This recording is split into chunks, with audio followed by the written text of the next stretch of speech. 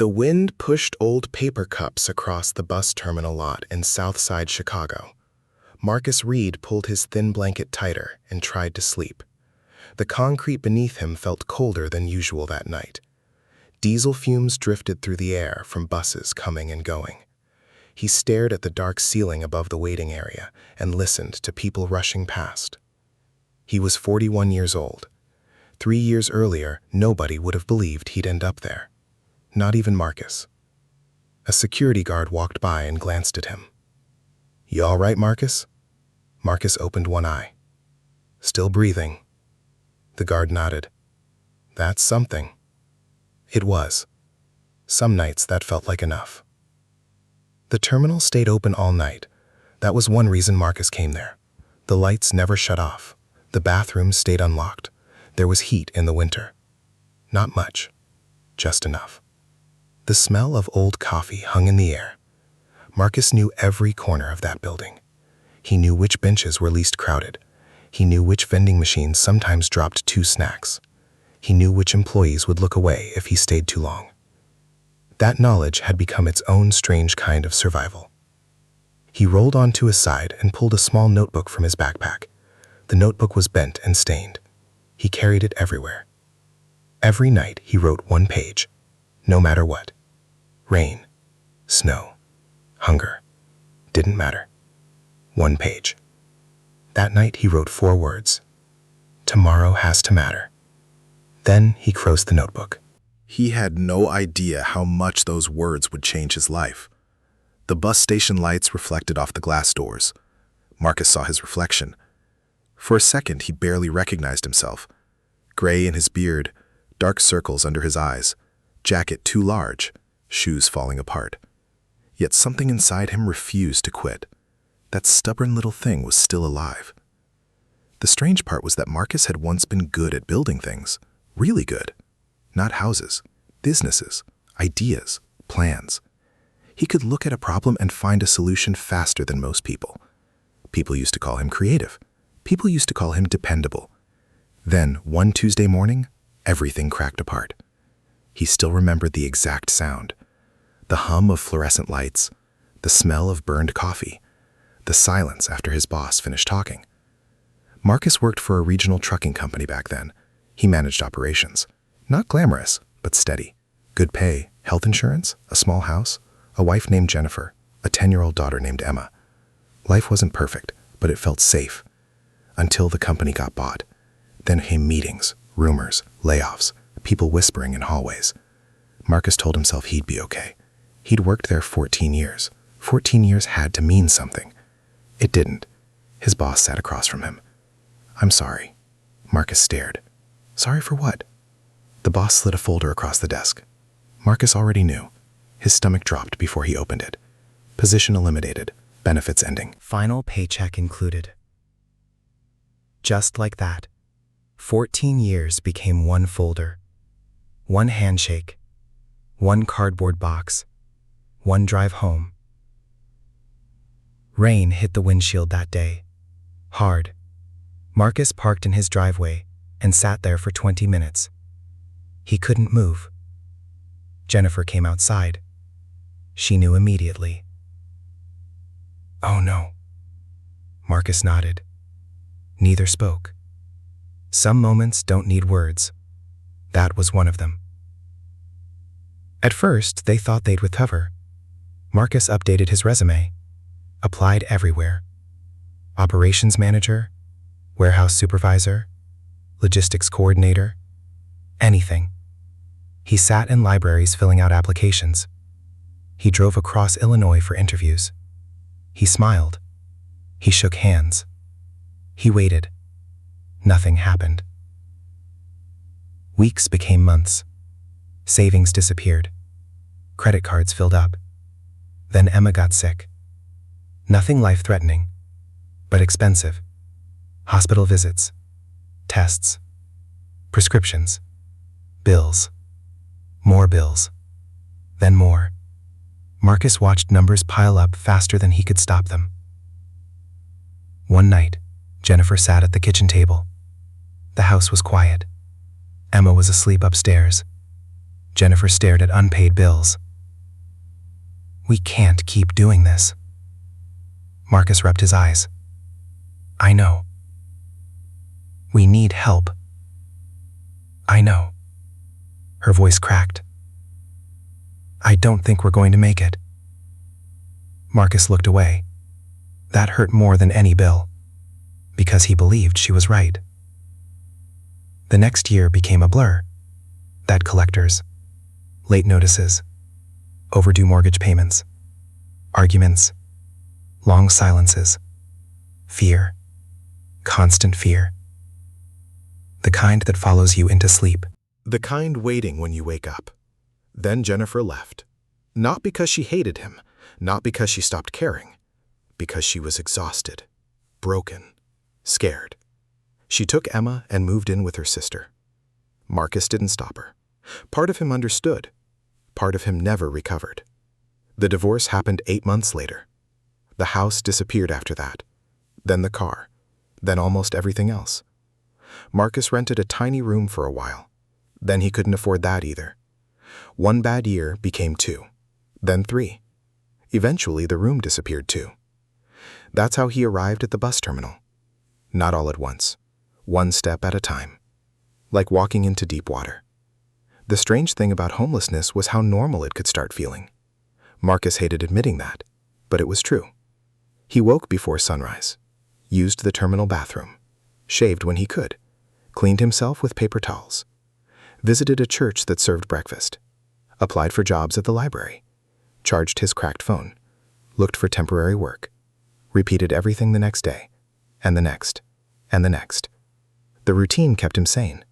Without routine, people drifted. Marcus had seen it happen. There was a man named Curtis who slept near the loading docks. Curtis talked constantly, mostly to himself. One morning, Curtis sat beside Marcus. You still writing? Marcus tapped his notebook. Every day. Why? Marcus thought for a second. Reminds me I'm still here. Curtis nodded slowly. I get that.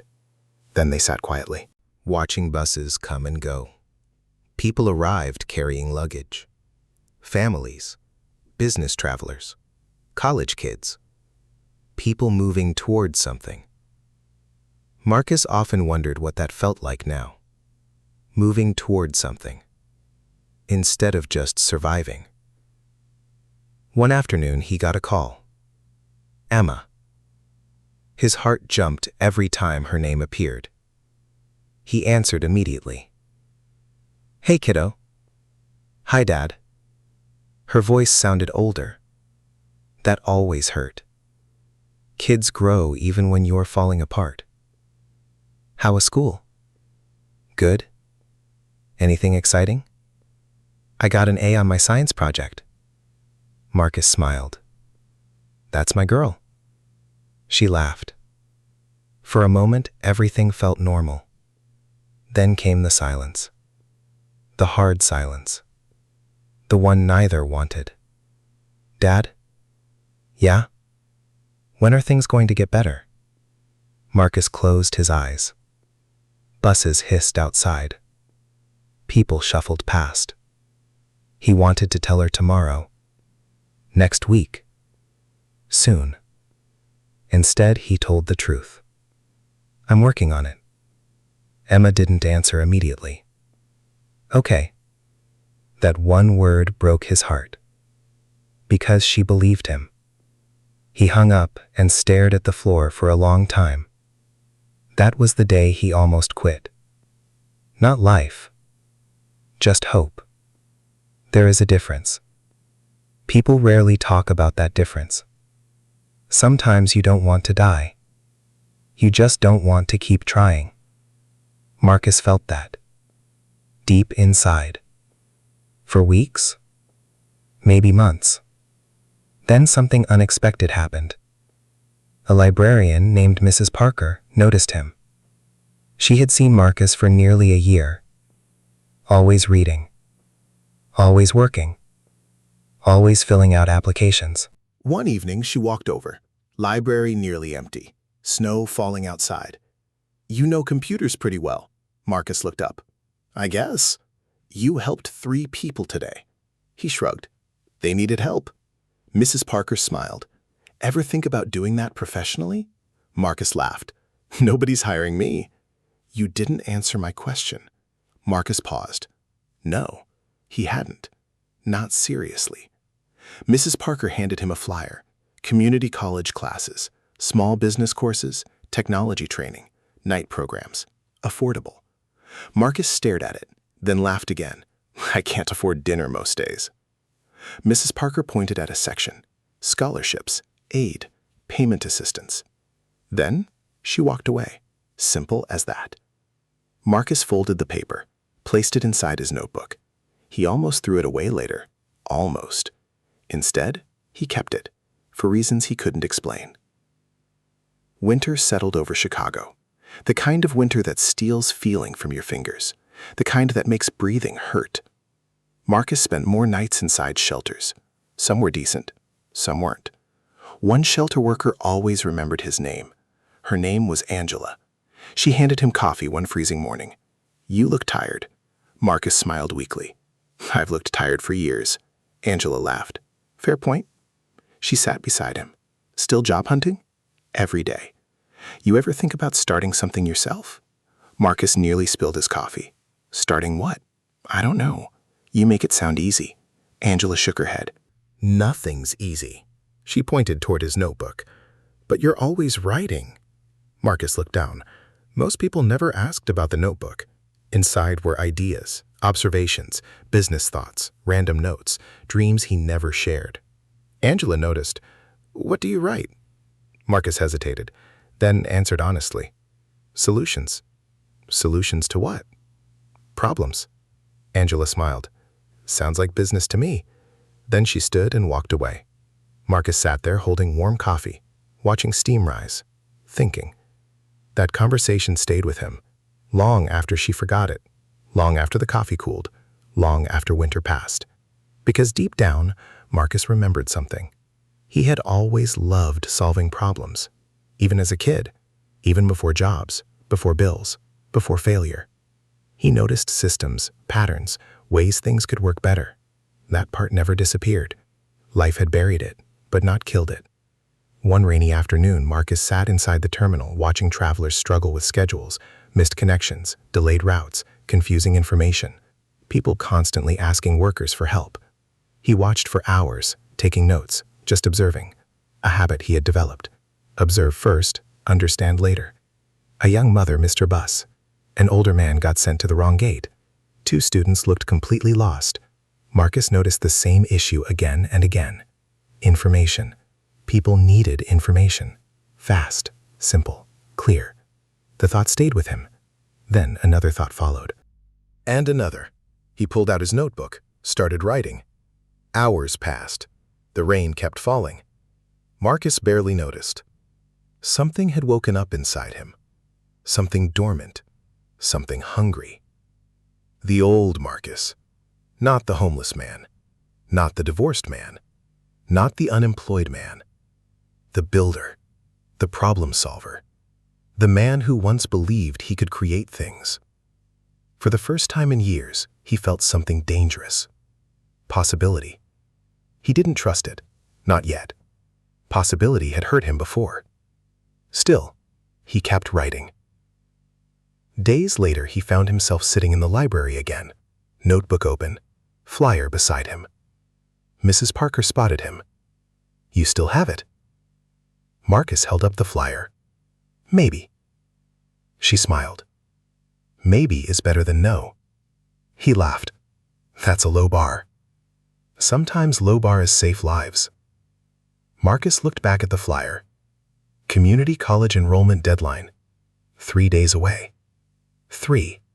Not 30. 3. He folded the paper carefully, placed it inside his backpack, then looked out the library window. Snowflakes drifted across the street. Cars rolled through slush. People hurried home. Marcus stayed still, thinking, really thinking. The kind of thinking that changes directions. The kind that comes before a leap. He didn't know if the idea in his notebook mattered. He didn't know if school would help. He didn't know if he was too old, too broke, too damaged, too late. But for the first time in years, he wasn't thinking only about surviving tomorrow. He was thinking about a future. A real one. That night he returned to the bus terminal. The lights glowed overhead. The familiar smell of coffee lingered in the air. Marcus opened his notebook, read every page, then turned to a blank one. At the top, he wrote 3 words. Start from here. He stared at them for a long time. Then he smiled.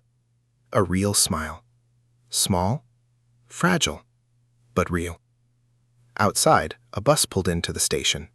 Its brakes hissed through the cold night air. Marcus watched passengers step off.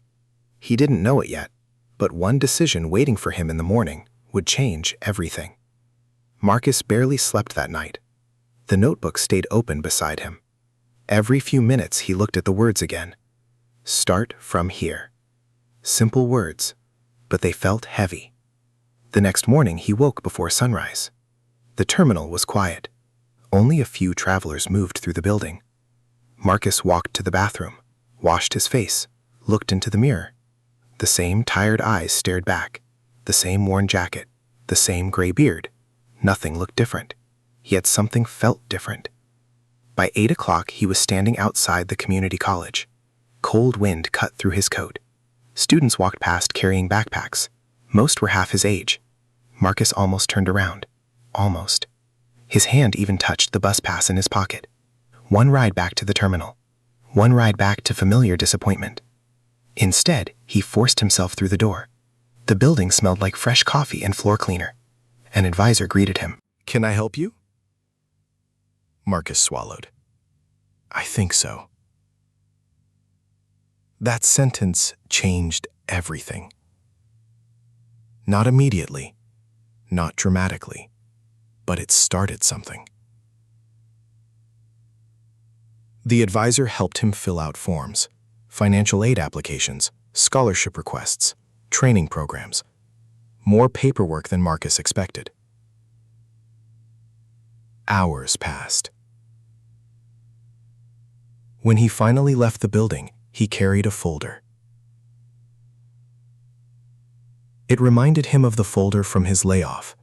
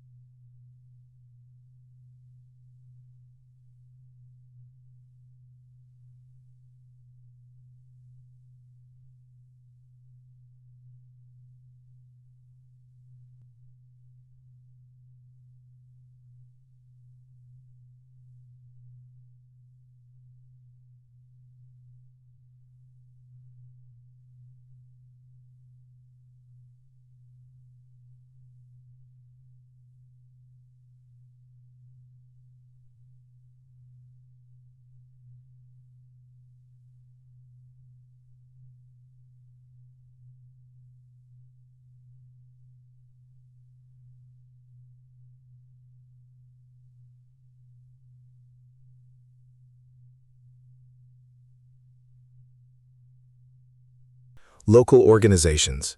The information existed. The problem was finding it quickly. Marcus started sketching ideas. Simple systems, simple tools, simple solutions. Hours passed. The cleaning crew arrived. One worker stopped nearby. "You still here?" Marcus looked up. "Guess so." The worker laughed. "Whatever you're building better be worth it." Marcus looked at the screen. He wasn't sure, but he couldn't stop. Something was happening. For the first time in years, he felt useful. That mattered. More than money, more than comfort. Useful. A few months later, Marcus got his first break. A small one, very small. A local church needed help organizing volunteer schedules. The existing system was chaos. Missed shifts, lost information, confused volunteers. Someone recommended Marcus. The church paid almost nothing, but it paid something. Pastor Williams sat across from him. "You think you can fix this?" Marcus looked through the paperwork. "Yeah," Pastor Williams smiled. "You sound sure." "I am." 3 weeks later, the system worked. Volunteers arrived on time, schedules made sense, problems dropped. Pastor Williams shook his hand. "You saved us." Marcus laughed. "I organized spreadsheets." "No," the pastor said it quietly. "You solved a problem." Marcus walked out smiling. His first paid work in a long time. Not much money, but it felt enormous. He called Emma immediately. "Guess what?" "What?" "I got a project." Silence. Then excitement. "Really?" "Really." That's awesome, Dad. Marcus sat on a bus bench grinning. People walked past. Traffic moved around him. For the first time in years, he felt like he had good news. Real good news. Not fake optimism, not promises, something real. That night, he bought himself a cheeseburger. Nothing fancy, just a fast food meal. But he sat there eating it like a celebration. The next morning, the money still wasn't enough. Reality remained. He still slept in shelters, still carried everything in a backpack, still worried constantly. One small victory didn't erase years of struggle, but it gave him momentum. Momentum matters, especially when you've been stuck. A month later, another opportunity appeared. A neighborhood nonprofit needed help managing transportation resources. Again, the information was disorganized. Again, Marcus saw patterns. Again, he fixed them. The director looked amazed. "How do you do this?" Marcus smiled. "I pay attention." The nonprofit referred him to someone else, then another person, then another. Small jobs, tiny checks, nothing life-changing yet. Marcus kept saving every dollar. Every extra dollar went into a separate envelope. He labeled it Future. Nobody knew about that envelope, not even Emma. It became his ritual. Every payment, every little victory, money into Future. Then came the first failure, a big one. Marcus spent months developing a software tool. He believed in it completely. Transportation scheduling, community services, local resource tracking. He thought organizations would love it. They didn't. Nobody bought it. Nobody even wanted demonstrations. Emails went unanswered. Calls ignored. Meetings canceled. Marcus watched 6 months of work collapse. The rejection hit harder than he expected. Because this wasn't a company rejecting him. This was his own idea, his own creation.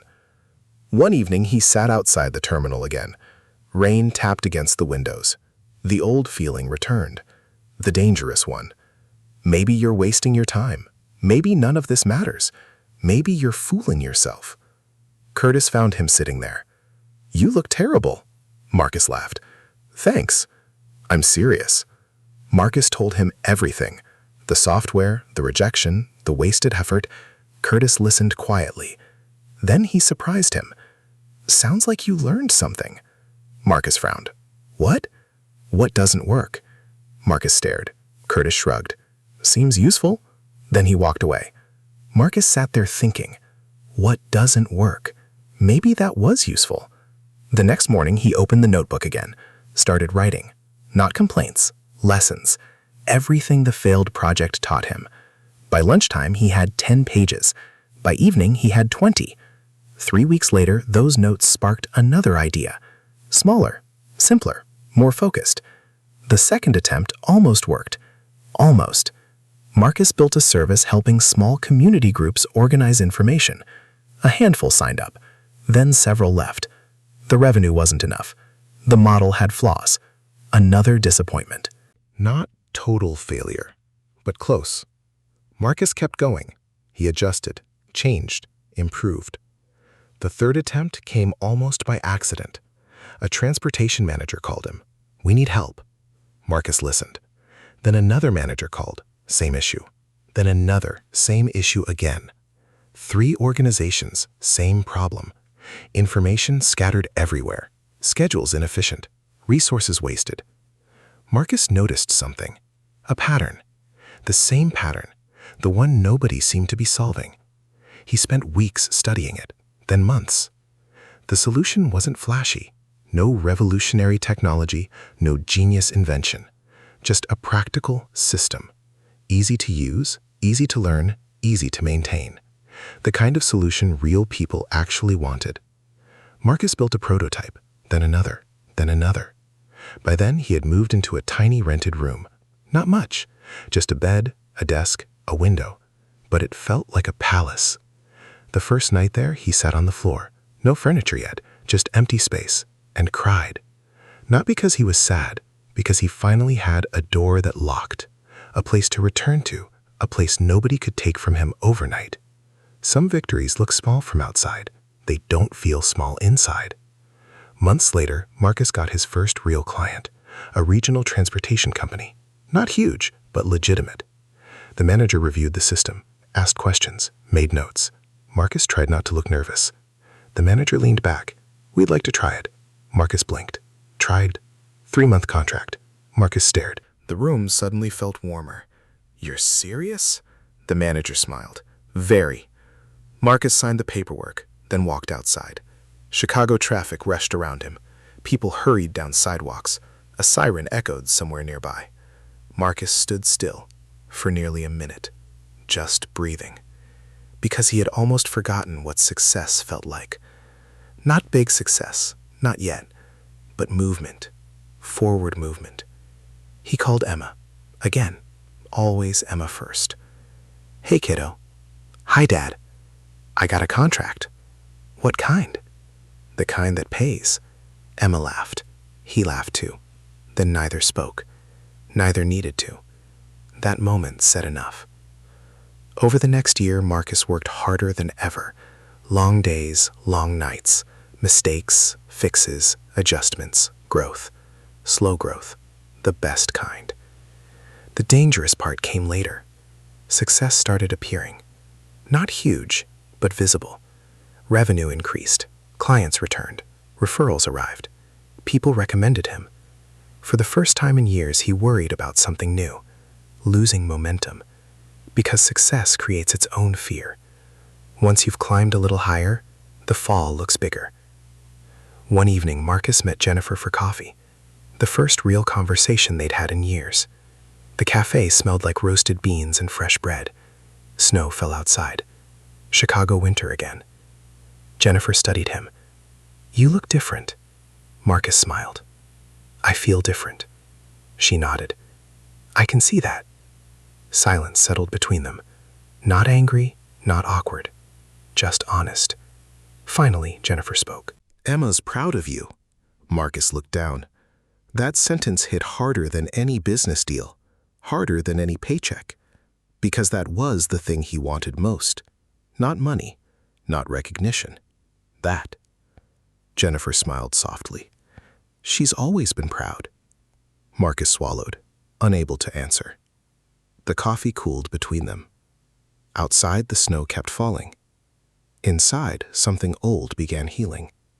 But another challenge was coming, one that threatened everything Marcus had built, and he wouldn't see it until it was almost too late. Marcus should have noticed the warning signs.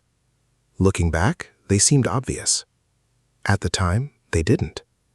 Success has a way of making people overlook danger. His company had grown slowly for almost 3 years. That was intentional. Marcus didn't want shortcuts. He didn't want promises he couldn't keep. Every client mattered. Every dollar mattered. Every relationship mattered. The business helped transportation groups share information better. Schedules improved. Costs dropped. Communication became easier. Nothing flashy.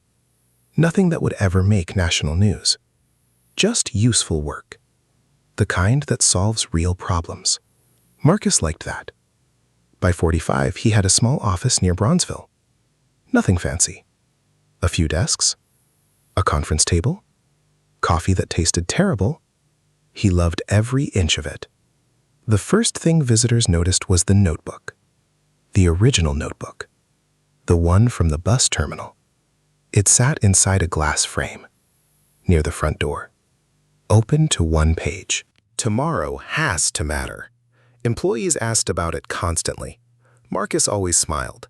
Then he told the story. Not all of it, just enough. Enough to remind himself. Enough to stay grateful. One Friday afternoon, his office manager rushed inside. Her name was Sarah. She looked worried. Marcus. He looked up. What happened? We lost Central Transit. Marcus froze. Central Transit was their biggest client, nearly 30% of company revenue. What do you mean lost? They signed somewhere else. The room suddenly felt smaller. Marcus stood.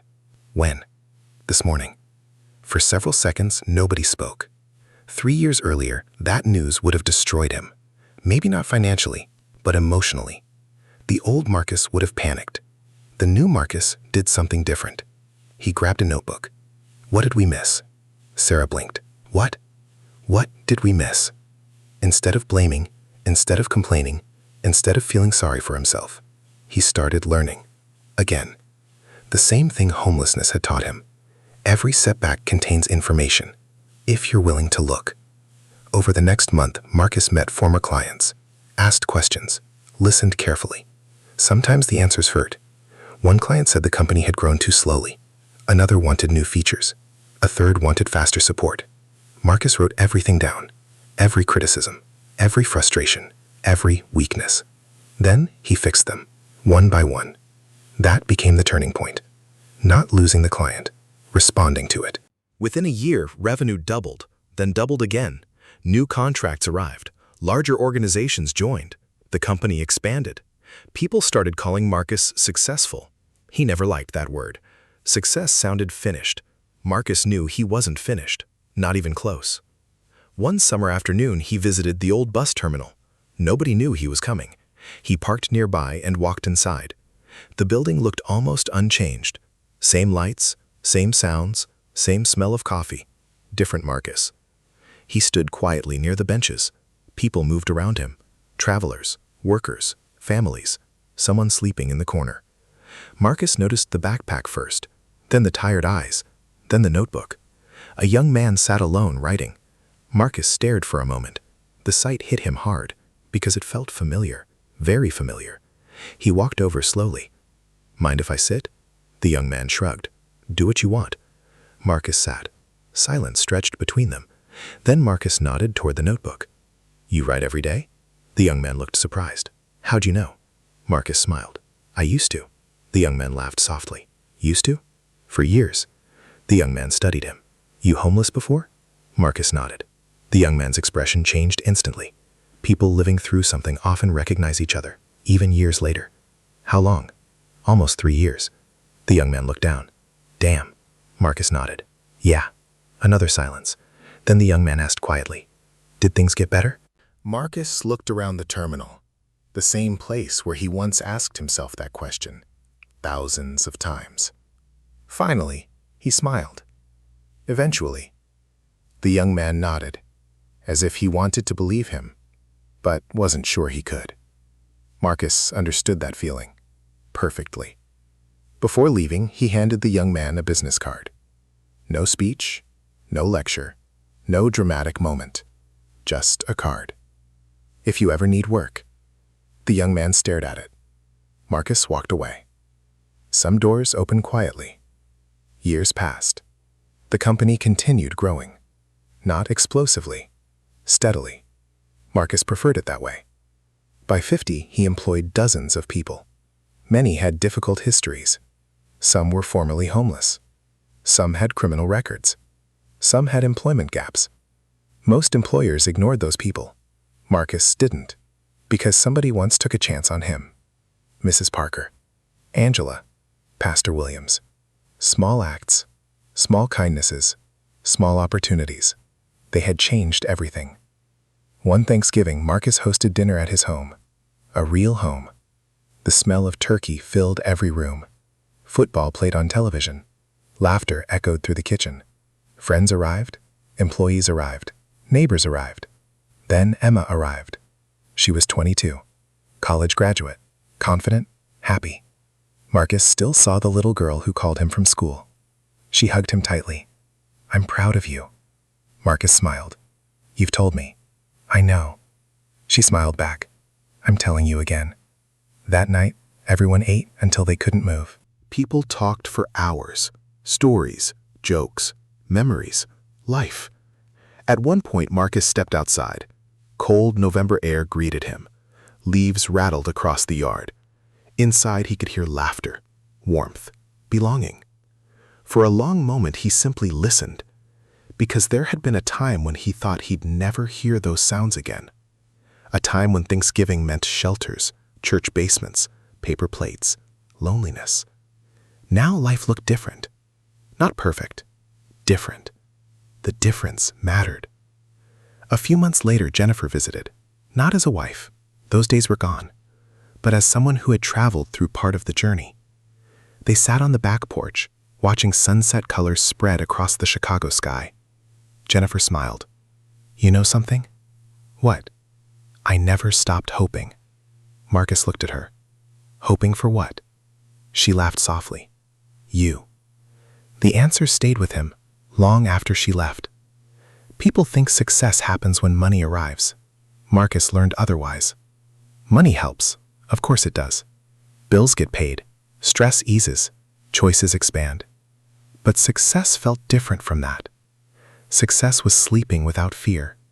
Success was answering the phone without dread. Success was hearing your daughter say she's proud.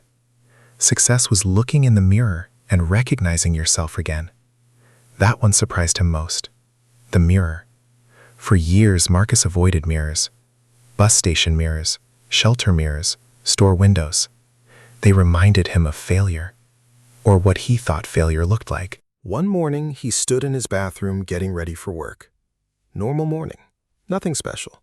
Sunlight through the window, coffee brewing downstairs, birds outside. Marcus looked into the mirror. Really looked.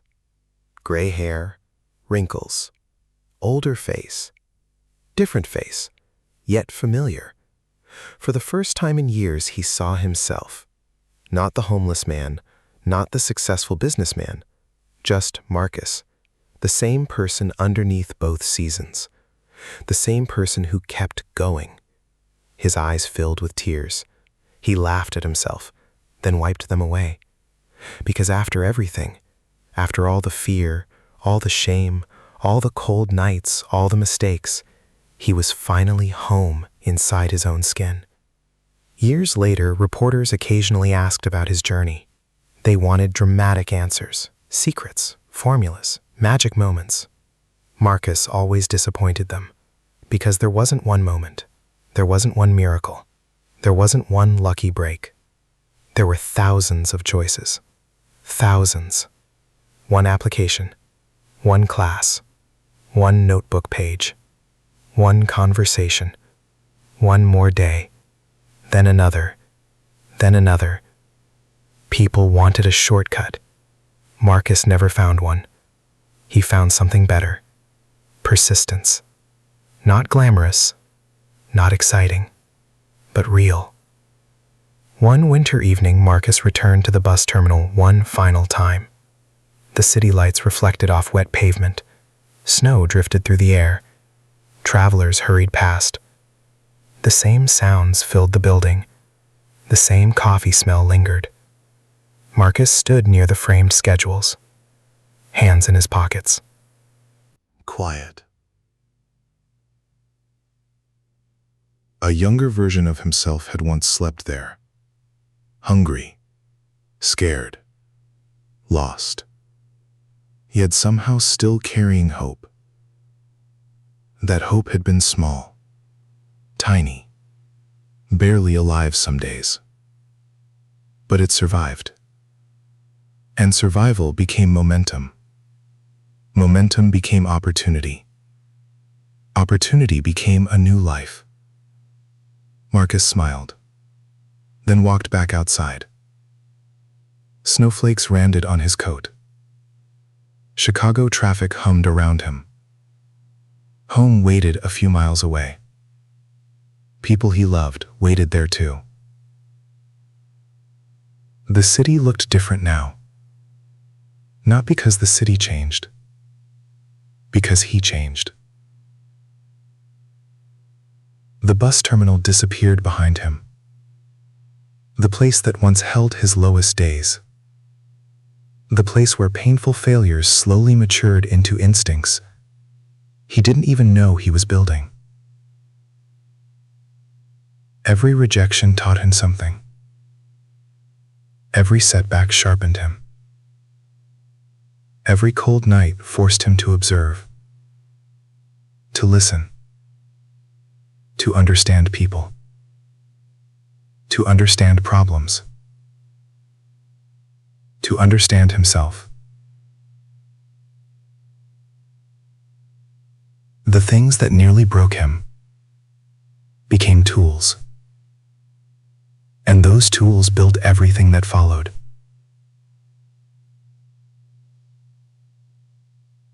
The truth is that most people carry a struggle nobody else can see.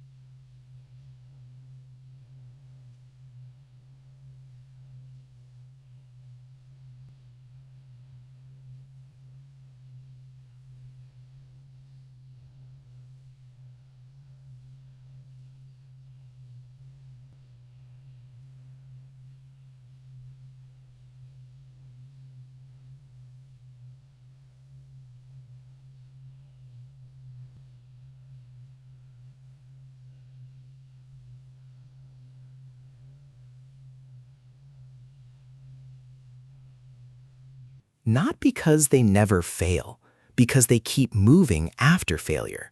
Not because they never feel fear, because they act while fear rides beside them. Not because they always know the answer, because they keep searching when they don't. If one ordinary man can rebuild his life from a backpack, a notebook, and a little hope, what unfinished part of your own life might still be waiting for one more chance? Sometimes, the strongest thing a person can do is refuse to quit before the next page begins.